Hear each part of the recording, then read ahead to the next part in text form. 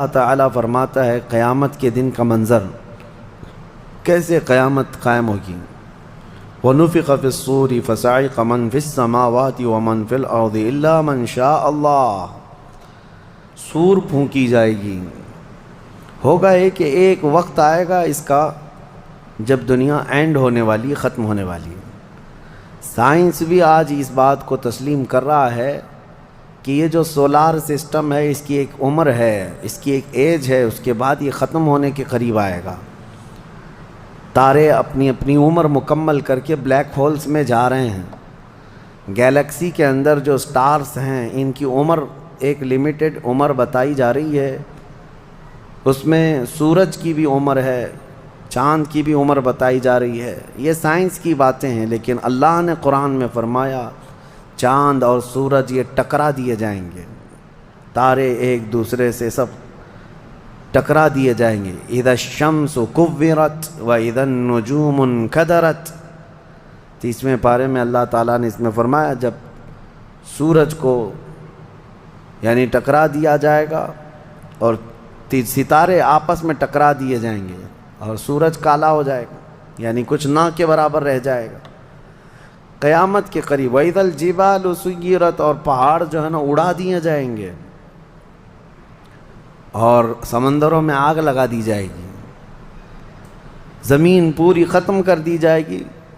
اور سورہ قارعہ میں آپ نے پڑھا ہوگا یوم یکون الناس کالفراش المبثوث وتکون الجبال کالعہن المنفوش، تم لوگوں کو دیکھو گے کہ پتنگوں کی طرح سے اڑ رہے ہوں گے، اور پہاڑوں کو دیکھو گے کہ روئی کا پھا جو ہوتا ہے، روئی کا پہا اس طرح سے پہاڑ بکھر چکے ہوں گے۔ اور اس کے بعد یہ قیامت جو آنی ہے اس کا یعنی پروسیس کس طرح سے، شروعات کیسی ہوگی، وہ ایک لمبی گفتگو ہے۔ مختصراً عرض کرتا ہوں کہ آیات حضور اکرم صلی اللہ تعالیٰ علیہ وسلم کی احادیث میں جو نشانیاں بیان کی گئی ہیں اس اعتبار سے قیامت کے قریب بڑی بڑی نشانیاں آئیں گی۔ دجال آئے گا، دابۃ الارض آئے گا، یاجوج ماجوج نکلیں گے، پھر اس کے بعد سورج پچھم سے نکلے گا۔ یہ سب بڑی بڑی نشانیاں ہیں۔ حضرت عیسیٰ علیہ السلام کا نزول اس سے پہلے، یہ سب ہو جانے کے بعد پھر روئے زمین پر سے مسلمان ختم ہو جائیں گے۔ پھر ایک وقت آئے گا کہ جب سب لوگ اپنے اپنے کاموں میں مصروف ہوں گے، کوئی کسی کو پڑی نہ ہوگی، اور پھر دنیا میں سب اپنے اپنے کاموں میں اس طرح سے مصروف ہوں گے، کوئی کپڑا کاٹ رہا ہے، کوئی دودھ دوہ رہا ہے، کوئی کھیتی باڑی میں ہل چلا رہا ہے۔ اللہ تعالیٰ قرآن میں فرماتا ہے کہ تم دیکھو گے ان زلزلۃ الساعۃ شیء عظیم یوم ترونھا تذہل کل مرضعۃ عما ارضعت وتضع کل ذات حمل حملھا، اچانک ایک سور کی آواز آئے گی۔ وہی سور آج ہم نے تلاوت میں پڑھا ہے۔ اسرافیل علیہ السلام اللہ کے ایک فرشتے ہیں، ایک باجے کی شکل کی چیز وہ لے کر کھڑے ہیں، وہ بجانا شروع کریں گے۔ شروع میں دھیمی دھیمی آواز آئے گی اور یہ آواز بڑھتی چلی جائے گی، یہاں تک کہ یہ آواز اتنی سخت ہو جائے گی کہ جو جہاں تھا وہیں کھڑا رہ جائے گا۔ کپڑا کاٹ رہا تھا اس کے ہاتھ سے کینچی گر گئی، جو کھیتی باڑی کر رہا تھا، ہل چلا رہا تھا، وہ وہیں کا وہیں رک جائے گا۔ دودھ دوہنے والا اس کا ہاتھ ویسے ہی رہ جائے گا، یہاں تک کہ حاملہ عورتوں کے پیٹ سے بچہ نکل کر گر جائے گا، جو عورتیں حمل سے ہوں گی۔ اور اس کے بعد پھر ایسی غشی، پھر سب پر موت طاری ہوگی اور زلزلے آئیں گے اور پوری زمین کو ہلا کر کے ختم کر دیا جائے گا۔ یہ قیامت ہے۔ سور پھونکنے پر سارے انسان جتنے روئے زمین پر ہیں سب کے سب ختم ہو جائیں گے۔ اس کے بعد اللہ تعالیٰ فرماتا ہے ثم نفخ فیہ اخری، پھر دوسری بار سور پھونکنے کا حکم ہوگا۔ لیکن کیسے؟ سور جب حضرت اسرافیل علیہ السلام پھونکیں گے، پہلے انسانوں کی موت، پھر یہاں پر جتنی مخلوقات ہیں، جنات ہیں، جانور ہیں، سب کی موت، چرند پرند تو چھوڑے، نباتات، یہ پیڑ پودوں میں کی جان ختم۔ چاند سورج کو جب ختم کر دیا گیا تو پھر کوئی چیز ہی نہیں، ستارے، چاند، سورج سب، بلکہ اللہ تعالیٰ کے جتنے ملائکہ ہیں، جبرائیل امین علیہ السلام سے لے کر دوسرے ایک فرشتے تک، سارے ملائکہ کو بھی موت آئے گی، سب موت کے شکار ہوں گے، اور سارے جب انتقال کر جائیں گے تو پھر بچتا کون ہے؟ صرف حضرت اسرافیل علیہ السلام، جنہوں نے سور پھونکا۔ اب ان کو سور پھونکنے کا حکم جو تھا وہ کہا جائے گا روک دو اب۔ پھر اللہ تعالی حضرت اسرافیل علیہ السلام کو بھی موت طاری کرے گا، اور روح نکالنے والا فرشتہ کون ہے؟ ملک الموت اسرائیل علیہ السلام۔ اب تک یہ سب کی روح نکال چکے ہوں گے، اور پھر اللہ تعالیٰ اسرائیل علیہ السلام کی بھی روح نکال دے گا۔ اسرائیل جو سب کی روح نکالتے ہیں، ان کو بھی موت ہے، ان کو بھی موت ہے۔ اور پھر ہم نے پڑھا کل شیء ہالک الا وجہہ، ہر شے فنا ہو جائے گی سوائے رب العالمین کے۔ کل من علیہا فان ویبقى وجہ ربک ذو الجلال والاکرام، جو کچھ بھی ہے سب فنا ہو جائے گا، تمہارے رب کی ذات صرف باقی رہے گی، کوئی نہیں باقی رہے گا۔ پھر جب مولا کی مرضی ہوگی، رب تبارک و تعالیٰ دوبارہ اسرافیل علیہ السلام کو اٹھائے گا۔ اسرافیل علیہ السلام دوبارہ اٹھیں گے، اور پھر ان سے کہا جائے گا دوبارہ سور پھونکو، پھر سے پھونکو۔ اب جب دوبارہ حضرت اسرافیل علیہ السلام سور پھونکیں گے تو یہ زندگی کا سور ہے۔ پہلے والا یہ نفخہ اولا اس کو کہتے ہیں، وہ موت کا تھا، اور نفخہ ثانیہ حیات کا ہے، زندگی کا ہے۔ اب رب تعالیٰ نے جو وعدہ فرمایا تھا کہ ہم تمہیں موت کے بعد دوبارہ اٹھائیں گے، یہ وعدہ اس وقت پورا ہوگا۔ اب دوسرے مرتبہ جب سور پھونکنا شروع کرتے ہیں اسرافیل علیہ السلام، کتنے انسان آئے گئے، آدم علیہ السلام سے لے کر قیامت تک، سب وہ زمینوں میں جہاں کہیں ہوں گے، کسی کو جلا کر ختم کر دیا گیا ہو، کسی کو جانور کھا گیا ہو، کسی کو پانی میں ختم کر دیا ہو، کسی بھی طرح سے، لیکن مولا تعالیٰ سب کو اٹھانے والا ہے۔ لیکن فرمایا حدیث پاک میں ہے کہ یہ دوسری سور پھونکنے کے بعد سب سے پہلے روئے زمین پر جو اٹھیں گے وہ محمد الرسول اللہ کی ذات۔ میرے آقا صلی اللہ تعالیٰ علیہ وسلم فرماتے ہیں میں اپنی قبر سے اٹھوں گا سب سے پہلے، اور محشر کے میدان کی طرف جو حضور جائیں گے تو فرماتے ہیں حضور صلی اللہ علیہ وسلم اٹھیں گے، ان کے بعد ابو بکر صدیق، ان کے بعد عمر فاروق رضی اللہ تعالیٰ عنہ، پھر ساری کائنات کو اللہ اٹھائے گا۔ اور جب رسول کریم صلی اللہ تعالیٰ علیہ وسلم فرماتے ہیں میں میدان قیامت میں اس حال میں آؤں گا کہ میرا ایک ہاتھ ابو بکر کے کندھے پر ہوگا، دوسرا عمر ابن خطاب کے کندھے پر ہوگا۔ یقیناً وہ اس دن کے دولہا ہے، قیامت کا منظر ہے جب رسول کریم صلی اللہ تعالیٰ علیہ وسلم تشریف لائیں۔ اور اس کے بعد رب تعالیٰ نے فرمایا، سورہ زمر میں 2 آیتیں آئی ہیں، وَسِيقَ الَّذِينَ كَفَرُوا إِلَى جَهَنَّمَ زُمَرًا، اب جو کفار تھے ان سب کو کھینچ کر کے لایا جائے گا میدان قیامت میں۔ پہلے تو میں آپ کو بتا دوں پوری تفصیلات قیامت کے میدان میں، اس کے بعد ان آیتوں کی تفسیر پر آتا ہوں۔ پھر جب سب کو اٹھا دیا گیا تو ایک زمین ہوگی، اب وہ زمین کہاں ہوگی وہ اللہ بہتر جانتا ہے کس جگہ، کیونکہ یہ زمین ہے ہی نہیں، یہ آسمان ہے ہی نہیں، تو پھر اس وقت بنے گا کیا یہ اللہ ہی بہتر جانے۔ کہاں بنے گا، کس طرح بنے گا، اس میں ہم نہ سوچ سکتے ہیں نہ مثال دے سکتے ہیں۔ اب آپ مجھے بتاؤ، یہ جو زمین جس پہ آپ بیٹھے ہیں یہ ختم ہونے والی، کیا رہے گا نیچے؟ آسمان جو دکھ رہا ہے یہ بھی ختم ہونے والا ہے، پھر کیا رہے گا اوپر ہمیں نہیں معلوم۔ لیکن اللہ کریم ایک زمین بنائے گا جس کے متعلق کہا گیا وہ تانبے اور پیتل سے بنی ہوئی ہوگی، یہ مٹی والی زمین نہیں۔ اور پھر اس کے بعد سورج کو پھر دوبارہ زندہ کیا جائے گا، اور سورج کو سب کے سروں پر لا کر کھڑا کر دیا جائے گا۔ اب وہ زمین اور جس میں سارے انسانوں کو جمع کر دیا گیا ہے، آپ اندازہ کریں وہ زمین میں نہ کوئی عمارت ہوگی نہ درخت ہوگا، وہ بالکل فلیٹ زمین ہے، صرف میدان ہی میدان ہے۔ ایسا نہیں ہے کہ یہاں پر کوئی میدان اور تھوڑی دور کے بعد کوئی عمارت دکھے گی یا کوئی درخت دکھے گا یا کوئی پہاڑ، نہیں، کچھ نہیں، صرف سیدھی زمین۔ اسی لیے کہ وہاں تم 500 سال بھی اس میدان میں بھاگتے رہو گے تو سائے کے لیے ایک پتا بھی نہیں ملے گا، ایک پتا بھی نہیں کہاں سایہ حاصل کر سکوں. لیکن کچھ خوش نصیبوں کے لیے اللہ نے فرمایا کہ عرش کا سایہ انہیں اللہ عطا فرمائے گا. وہ کون لوگ ہیں؟ ان میں کئی لوگ ہیں، جس میں سے ایک ہی میں بتاتا ہوں. رجل تعلق قلبہ بالمساجد، وہ ایسا آدمی جس کا دل مسجدوں میں لگا ہوا ہے، قیامت کے دن اسے اللہ عرش کا سایہ عطا فرمائے. آپ کی نماز ہو گئی، بیٹھے کیوں ہیں؟ نماز ہو گئی، نماز کے بعد چلے جانا چاہیے، لیکن تمہارا دل مسجد میں لگا ہوا ہے. انہی لوگوں کی فضیلت میں ہے جب قیامت کے دن کوئی سایہ نہ ہوگا، ان لوگوں کے لیے اللہ عرش کا سایہ عطا کرے گا. اب یہ جو سارے لوگ جمع ہوں گے، کسی کو کچھ پتہ نہیں کہ ہونا کیا ہے، کسی کو نہیں پتہ کہ کیا ہونا ہے. نفسا نفسی کا عالم ہے اور سب ایک دوسرے کو تک رہے ہیں. اب یہی مسئلہ ہے کہ سارے لوگ وہاں پہ کفار بھی ہوں گے، مشرکین بھی ہوں گے، جتنی امتیں پہلے آئی تھی وہ بھی ہیں، انبیاء بھی ہیں، اولیاء بھی ہیں، صلحاء بھی ہیں، صحابہ بھی ہیں، علماء بھی ہیں، سب ہیں. لیکن کسی کو کچھ سوچتا نہیں کہ کیا کیا جائے.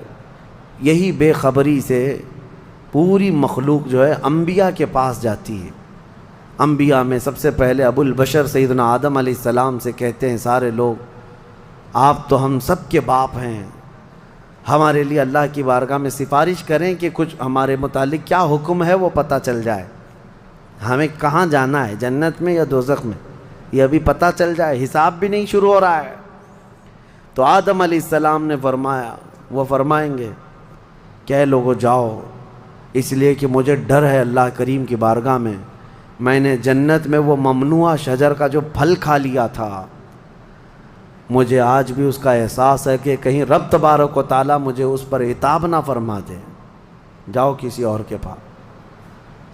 جتنے نبیوں کے پاس یہ قوم جاتی تھی، وہ انبیاء کرام یہ کہتے آج ہمیں خوف ہے اللہ کریم کی بارگاہ میں، وہ قہار ہے، وہ جبار ہے. اور میں نے آج ایک آیت یہ بھی پڑھی ہے سورہ مومن میں، اللہ نے فرمایا لمن الملک اليوم، اس دن یہ آواز آئے گی، آج کی بادشاہت کس کی ہے، آج کی بادشاہت کس کی ہے. پھر اللہ خود فرمائے گا للہ الواحد القہار، ایک قہر کرنے والے خدا کی آج بادشاہت ہے. اس دن صرف اس کی سلطنت ہوگی، صرف اس کی حکومت ہے. انبیاء، ملائکہ سب ڈرے ہوئے ہیں. پتہ نہیں برسوں یہ قوم گھومتی رہے گی مخلوق. عیسیٰ علیہ السلام فرمائیں گے کہ اے لوگو جاؤ محمد الرسول اللہ کے پاس، آج وہ تمہاری سنیں گے اور اللہ ان کی سنے گا. پوری مخلوق جب نبی کریم صلی اللہ علیہ وسلم کے پاس آتی ہے تو نبی پاک صلی اللہ تعالیٰ علیہ وسلم فرماتے ہیں ہاں میں اسی کے انتظار میں ہوں. پھر حضور صلی اللہ علیہ وسلم سجدے میں گرتے ہیں اور اللہ کو منانے لگتے ہیں کہ مولا ہے تو تیرے بندے، تو حساب تو شروع فرما. اس کو کہتے ہیں شفاعت کبریٰ. یہ کیا ہے؟ شفاعت کبریٰ، بڑی شفاعت. یہ سب کے لیے، کافروں کے لیے، مشرکوں کے لیے، سب کے لیے. یعنی حضور کی پہلی شفاعت کس کام کی تھی؟ کہ اللہ حساب تو شروع کرے. یہ شفاعت کبریٰ ہے، حساب شروع کرے مولا تعالیٰ. ساری انسانیت کے لیے حضور جب سجدے میں گرتے ہیں، اللہ کریم فرماتا ہے ارفع رأسک یا محمد. حضور نے یہ فرمایا ہے کہ اس دن میں سجدے میں ایسی ثنا اور ایسی حمد بیان کروں گا اللہ کی جو آج تک کسی نے نہیں بیان کی ہوگی، اور اسی دن مجھے اللہ وہ تلقین بھی فرمائے گا. اور جب حضور ثنا کر رہے ہوں گے، اللہ فرماتا ہے ارفع رأسک یا محمد، اے محمد صلی اللہ علیہ وسلم اپنا سر اٹھائیے، آپ مانگیے آپ کو دیا جائے گا، آپ پوچھئے آپ کو جواب دیا جائے گا. یہ پہلا سوال ہے اللہ کی بارگاہ میں قیامت کے دن، اور پہلا جواب ہے، باقی کسی بندے کو کوئی جواب نہیں تھا. اللہ کی بارگاہ میں حضور نے جب یہ عرض کیا تو رب تعالیٰ فرماتا ہے ملائکہ کو جس کی ڈیوٹی تھی، جس کا کام تھا کہ میدان قیامت میں میزان عمل لگا دیا جائے، حساب و کتاب ہوں، سب کے نامہ اعمال ان کے ہاتھوں میں دیے جائیں، سب کو پڑھنے کا حکم دیا جائے. اب حساب کا آرڈر آ گیا، حکم آ گیا، تو لوگ تھوڑی راحت کی سانس لیتے ہیں کہ چلو حساب شروع ہونے والا ہے، لیکن ابھی اتنا آسان نہیں ہے، اتنا آسان نہیں۔ اب فرشتے لا رہے ہیں سب کے اعمال نامے۔ لوگوں کو ایسا لگتا ہے اعمال نامہ یہ 4 پنے کا ہوگا، ہاں، جیسے ایگزام پیپر میں فل شیٹ A4 سائز کی شیٹ لے کر کے بیٹھتے ہیں۔ قرآن میں تو اللہ تعالیٰ نے فرمایا کہ جب نامہ اعمال فرشتے لے کر کے آئیں گے تو کتنے ہوں گے پتہ ہے؟ تمہاری نظر جہاں تک جاتی ہوگی وہاں تک صرف کتابیں تمہاری ہوں گی، صرف تمہاری کتابیں فرشتے لاد کر کے لا رہے ہوں گے۔ اس میں سب لکھا ہوگا، زندگی میں جتنی مرتبہ باتیں کیا تھا، جو کچھ بھی کیا تھا، سب ڈیٹیل ہوگا۔ اور ہر آدمی وہاں پکار کر کے کیا کہتا ہے؟ مالی ھذا الکتاب لا یغادر صغیرۃ ولا کبیرۃ الا احصاها۔ اے اللہ تو کیسی کتاب بنا دیا، اس میں چھوٹی چیز بھی نہیں چھوڑی گئی، بڑی چیز بھی نہیں چھوڑی گئی، سب لکھ دیا گیا ہے۔ اور پھر لا کر کے تھما دیا جائے گا۔ یہ پہلی علامت ہے کہ جس کے سیدھے ہاتھ میں اس کے نامہ اعمال پکڑا دیے جائیں گے، فرمایا گیا اس کے لیے وہیں سے ہلکا پن ہے، بشارت ہے کہ آسانی ہوگی۔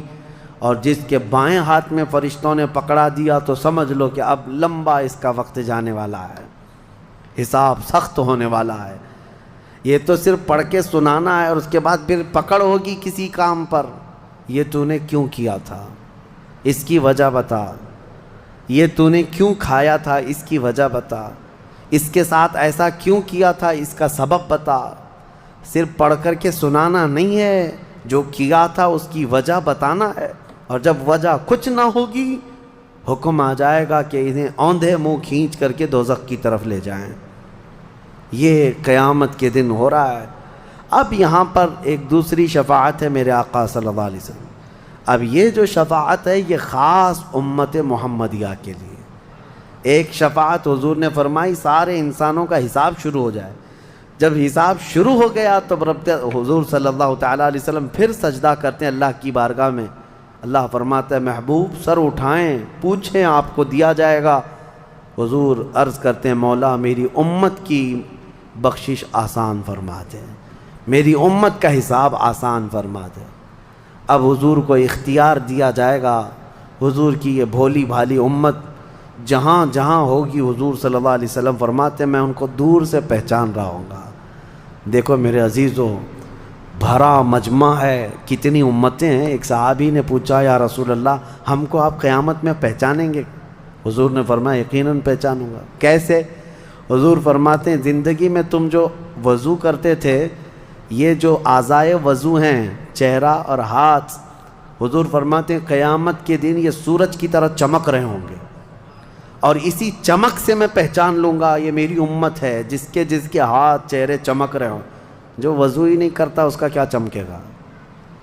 لیکن حضور صلی اللہ تعالیٰ علیہ وسلم نے حدیث پاک ہے یہ، وضو کے اعضاء کی چمک سے حضور اپنی امت کو پہچان لیں گے، فلاں میرا امتی ہے، فلاں میرا امتی ہے۔ بہرحال اب اس کے بعد اب میں ان آیتوں کی طرف آتا ہوں۔ حساب و کتاب ہو رہا ہوگا۔ سب سے پہلے وہاں پر قیامت کے دن جن کو لایا جائے گا، الگ الگ روایات ہیں، اس میں 3 لوگوں کے متعلق فرمایا گیا، ایک عالم، ایک شہید اور ایک امیر آدمی پیسے والا۔ حالانکہ تینوں اچھے لوگ تھے۔ دنیا میں یہ جو امیر تھا بہت پیسہ بانٹتا تھا، اور یہ قاری قرآن تلاوت اچھی کرتا تھا، اور یہ شہید تو جنگ میں شہید ہوا تھا لڑ کر کے۔ تینوں کا حساب ہو رہا ہوگا۔ سب سے پہلے رب تبارک و تعالیٰ اس قاری قرآن کو بلائے گا، بتا تو قرآن کیوں پڑھتا تھا؟ وہ کہے گا میں نے تجھے اچھی آواز دی تھی، اچھی آواز دی تھی، تو نے اس آواز کا کیا کیا؟ وہ کہتا ہے میں قرآن پڑھتا تھا بہترین انداز میں۔ رب تعالیٰ فرماتا ہے تو اس لیے پڑھتا تھا کہ لوگ تیری آواز کی تعریف کریں، کیا آواز ہے؟ اور لوگوں نے تعریف کر دیا، دنیا میں تجھے تیرا بدلہ مل گیا، یہاں قیامت میں کچھ نہیں، جاؤ جہنم میں۔ مالدار آئے گا، اس سے رب تعالیٰ فرمائے میں نے تجھے بہت مال دیا تھا، کیا کیا؟ کہے گا رب تعالیٰ میں نے غریبوں میں تقسیم کیا ہے، بہت خیرات کیا ہے۔ اللہ کریم فرماتا ہے کہ تو نے تو یہ نیت سے تقسیم کیا تھا نا کہ لوگ تجھے دیالو کہیں، سخی کہیں، تیری مال کی تعریف کریں۔ تو لوگوں نے تو وہ تعریف کر دی، دنیا میں جو تجھے ملنا تھا وہ مل گیا، تیری خواہش ہو گئی، یہاں کچھ نہیں، اسے بھی فرمایا جائے گا دوزخ میں ڈال دو۔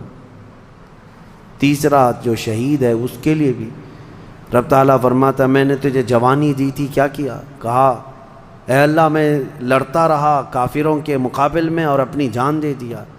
فرماتا ہے رب تعالیٰ کہ تو یہ سوچتا تھا نا کہ لوگ تیری بہادری کی تعریف کریں، لوگ تجھے بطل جلیل کہیں، مجاہد کہیں، تو یہ لوگوں کی تعریف سننے کے لیے کرتا رہا۔ اگر تیری یہی خواہش تھی اور لوگوں نے تیری تعریف دنیا میں بہت کر دی، اب یہاں تیرا کچھ نہیں ہے، اسے بھی دوزخ میں بھیج دیا جائے۔ یہ ریاکاری ہے۔ یہ پہلا حساب جن لوگوں کا ہونے والا ہے، یہ 3 لوگوں کے بارے میں حدیث پاک میں ہے۔ پھر میرے آقا صلی اللہ علیہ وسلم فرماتے ہیں قیامت کے میدان سے اس وقت تک کوئی پیر ہٹا نہیں سکتا جب تک اللہ 5 سوالات نہ کر لے۔ ان میں سے پہلا سوال یہی ہے کہ اللہ فرمائے گا میں نے تجھے جوانی دی تھی، تو نے کہاں خرچہ کیا؟ یہ ہر ایک کو بتانا پڑے گا، ہر ایک کو بتانا پڑے گا۔ اب آپ اپنی اپنی تیاری کر لو کہ کہاں کہاں خرچہ کیا، اللہ کو مجھے بتانا ہے۔ آج اگرچہ تم ہماری باتوں کی طرف توجہ نہیں کرو گے، کیئر نہیں کرو گے، لیکن ایک دن وہ آئے گا جب تمہیں اللہ کی بارگاہ میں کھڑے ہو کر اپنی جوانی کا پل پل بتانا ہوگا، وہاں کوئی چارہ نہیں ہوگا۔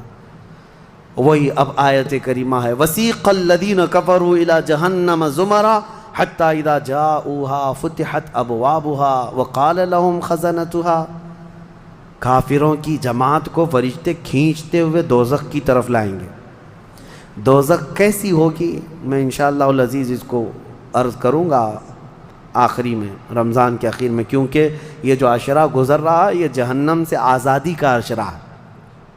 کاش اللہ ہمارا نام بھی آزاد ہونے والوں میں شامل فرمائے کہ جہنم سے آزاد ہونے والوں میں ہمارا نام شامل ہو گیا تو پھر قسمت ہی قسمت سے۔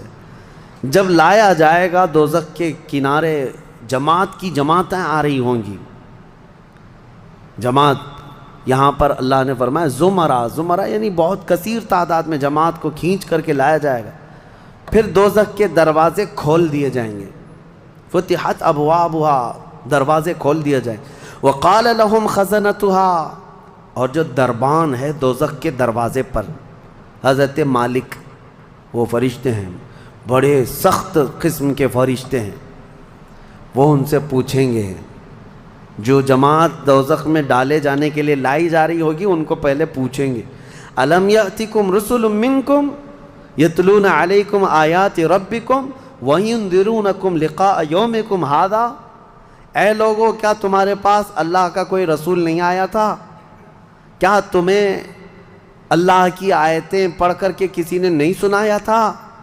یا آج کے دن کے بارے میں تمہیں کسی نے ڈرایا نہیں تھا کہ قیامت آنے والی ہے؟ یہ دوزخ کا فرشتہ لوگوں سے پوچھے گا، قرآن میں اللہ فرماتا ہے۔ تو لوگ کیا کہیں گے؟ قالوا بلا ولکن حقت کلمۃ العذاب، وہ کہیں گے ہاں کیوں نہیں آئے تو تھے لیکن ہم جھٹلا دیے تھے، نبیوں کے پیچھے نہیں چلے، قیامت کے دن پر یقین نہیں رکھے، اور عذاب ہمارے اوپر واجب ہو گیا، ہم جا رہے ہیں۔ قیل ادخلوا ابواب جہنم خالدین فیہا، ان سے کہا جائے گا ادخلوا ابواب جہنم، داخل ہو جاؤ جہنم کے دروازوں میں، خالدین فیہا، ہمیشہ تم رہو گے یہاں پر۔ یہ کافروں کے لیے ایسی آواز آئے گی کہ وہ چیخ مارتے ہوئے دوزخ میں کود رہے ہوں گے۔ فبئس مثوى المتکبرین، اللہ فرماتا ہے کیا ہی بری جگہ ہے، کیا ہی برا ٹھکانہ ہے یہ گھمنڈ کرنے والوں کا، زمین پہ اترانے والوں کا جو اللہ کو نہیں مانتے تھے۔ اب سنیے 1000 سال تک دوزخ میں جلتے کڑتے رہیں گے، پکارتے رہیں گے اے مالک اے مالک اے مالک اے مالک۔ کون؟ جو دربان دوزخ ہے، دربان ہے دوزخ کے دروازے کا، وہ 1000 سال کے بعد سن کر کے پوچھیں گے کیا بات ہے تمہاری، کیا چاہتے ہو؟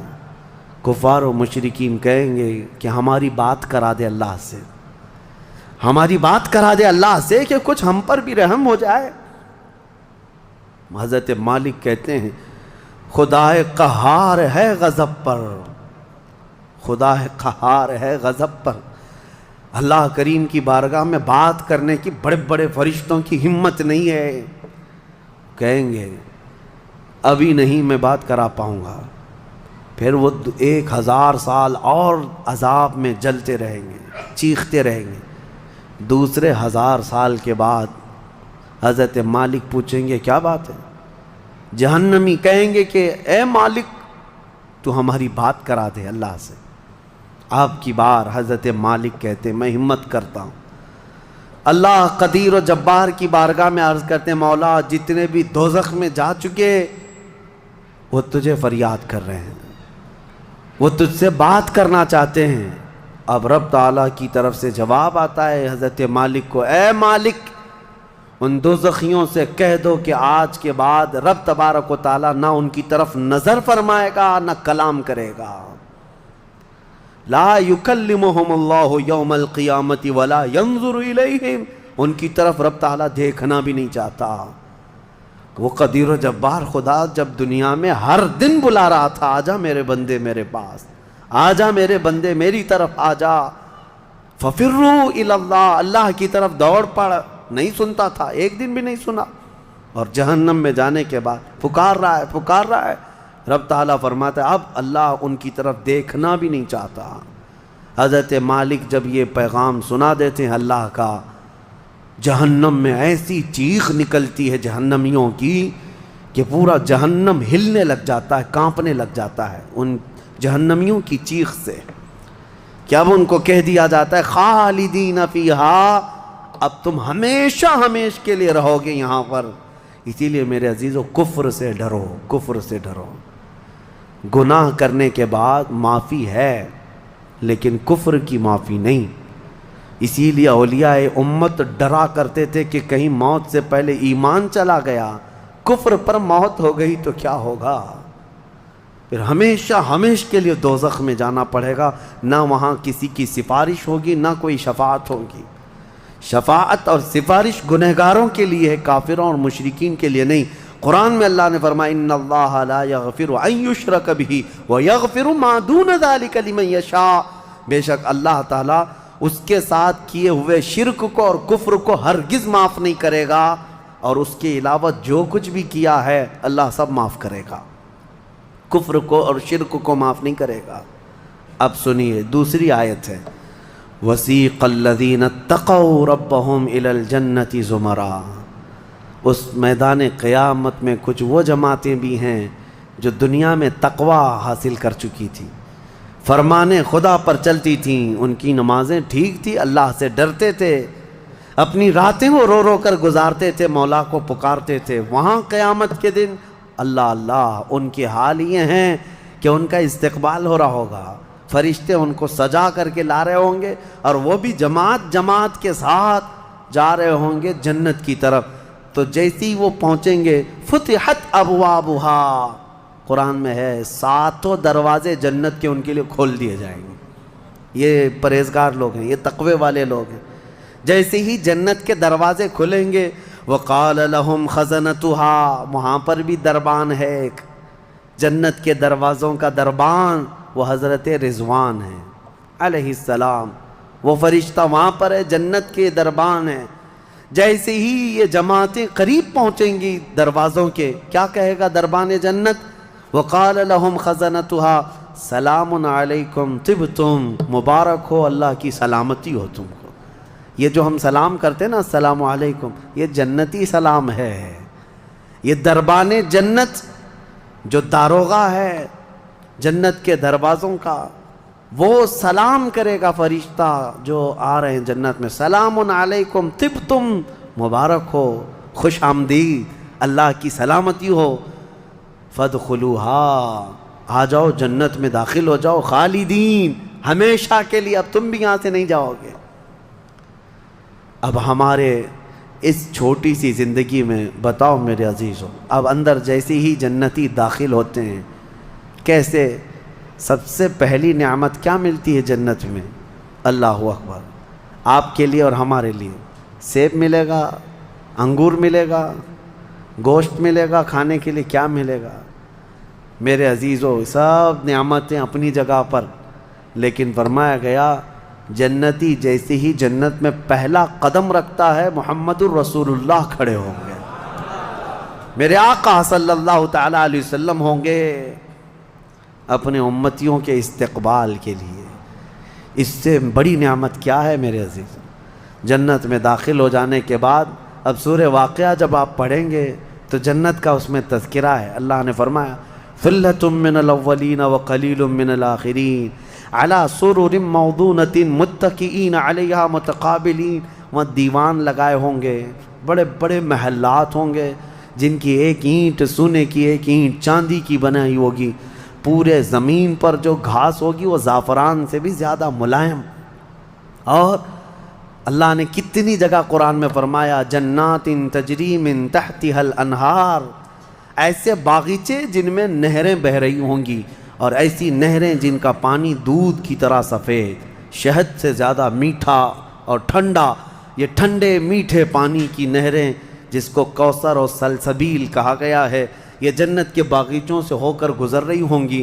جنتی جتنے بھی ہوں گے وہاں پر وہ نہروں کے قریب بیٹھے ہوں گے، ان کے چہرے اتنے چمک رہے ہوں گے، وجوہ یومئذ ناظرہ، ایسے چمک رہے ہوں گے، دمک رہے ہوں گے، 14ویں کا چاند ان کے چہروں کے سامنے پھیکا ہوگا۔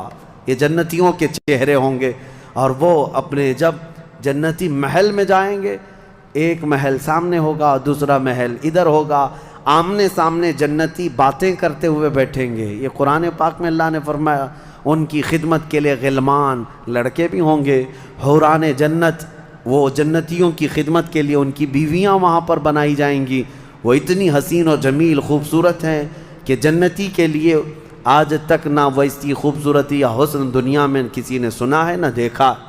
یہ حوران جنت ہر جنتی کو دی جائیں گی۔ اب اس کے بعد جنت میں پہنچ جانے کے بعد تمہارے لیے کیا نہیں ہوگا؟ ایک طبقہ انبیاء کا ہے، ایک طبقہ جنت میں اولیاء کا ہے، ایک طبقہ شہداء کا ہے، ایک طبقہ صدیقین کا ہے، اور پھر جنتی کے لیے قرآن میں ہے جو وہ خواہش کرے گا فرشتے فوراً اس کے لیے وہ حاضر کریں گے۔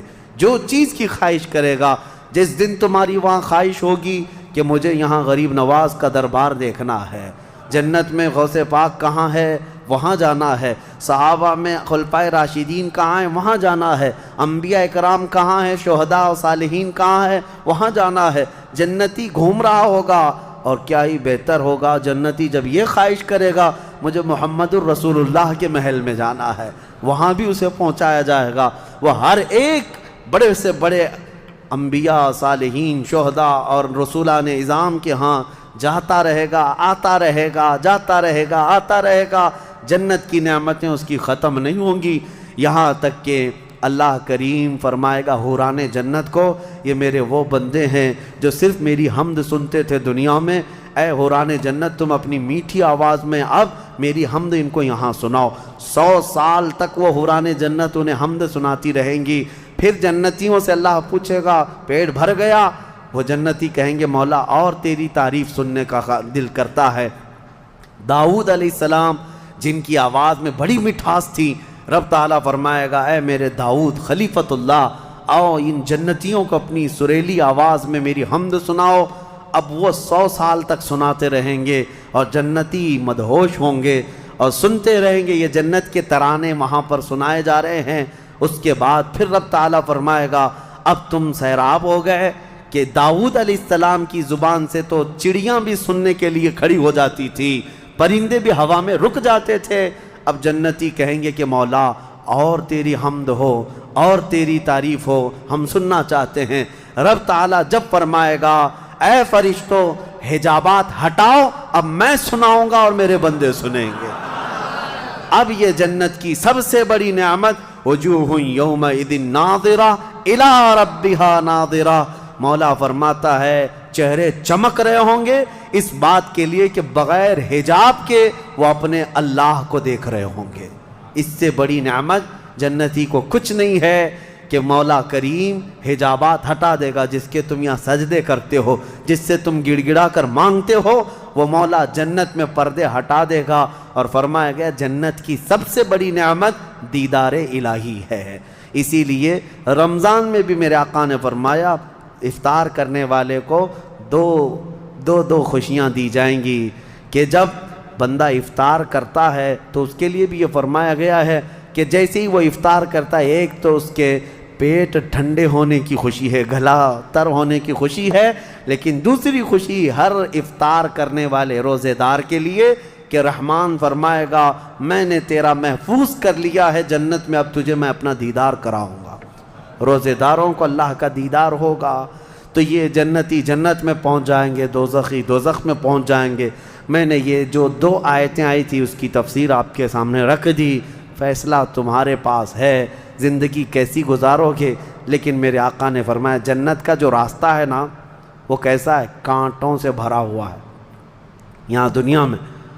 جہنم کا راستہ پھولوں سے سجا ہوا ہے، بہت ٹھنڈا ہے، بہت آرام دہ ہے۔ دوزخ کا راستہ، میں الٹا تو نہیں بول رہا، سیدھا ہی بول رہا ہوں، جہنم کا راستہ پھولوں سے سجا ہوا ہے اور جنت کا راستہ کانٹوں سے بھرا ہوا ہے۔ میرے آقا نے فرمایا یہاں دنیا میں کانٹوں سے بھرا ہوا ہے، لیکن اس پر اگر کوئی چل گیا تو وہ کانٹے ختم ہوتے ہی اس کے لیے جنت کے باغات ہیں۔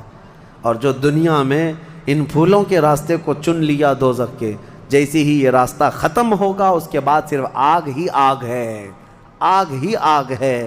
چنو کون سا راستہ، تم یہاں کے پھول چاہتے ہو یا پھر آخرت کے باغیچے، یا یہاں کے کانٹے اور آخرت کی آگ؟ یہ تمہارے ہاتھ میں ہے، کس طرح سے تم اپنی زندگی کو متعین کرتے ہو۔ بس یہ رمضان کی آج پہلی طاق رات ہے، ہو سکتا ہے آج شب قدر ہو، اور اللہ کریم کی بارگاہ میں مانگو کہ اے اللہ ہمیں بن مانگے تو نے اپنے حبیب کی امت میں پیدا کیا ہے، اور ہم تیری بارگاہ میں اب سوال کرتے ہیں مولا تو اپنی جنت سے ہم غریبوں کو محروم نہ فرما۔ اے اللہ ہم تیری دوزخ میں جانے، ہم تیری جنت میں جانے کے قابل تو نہیں، لیکن تیری دوزخ کا عذاب سہنے کے بھی قابل نہیں۔ بس تو اپنے فضل اور جود و کرم سے ہم سب کی بخشش کر اور ہمیں جنت عطا فرما۔ الہی لست للفردوس اہلا ولا اقوى على نار الجحیم فاغفر ذنوبی بفضل جودک یا اللہ۔ وآخر دعوانا ان الحمد للہ رب العالمین۔ السلام علیکم۔